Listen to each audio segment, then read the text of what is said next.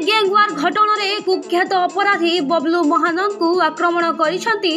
दुई जण कैदी छोटू खाँ और विशाल सुना। दीर्घ दिन है बबलू महानंद सह छोटू और विशाल को झगड़ा लगी रही बेले पुणी गत शुक्रवार दिन उभय गोष्ठी मध्य झगड़ा और मारपिट होता।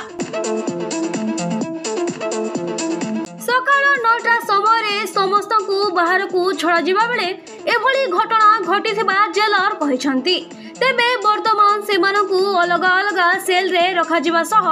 कड़ा नजर रखा जाउथबा जेलर सर्वेश्वर साहू सूचना दैछंती।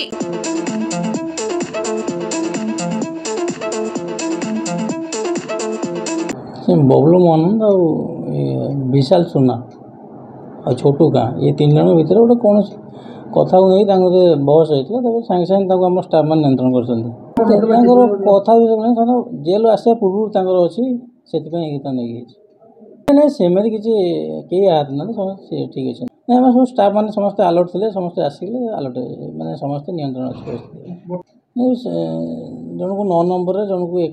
2 नंबर जन को 10 नंबर एमती अलग अलग कर रखाई परिस्थिति पूरा नियंत्रण अच्छी समस्त ठीक अच्छे समस्त ही कड़ा नजर रखाई से निर्दिष्ट सर्कल कराई सर्कल अलग सर्कल कहीं जाऊना तार भर रखाई।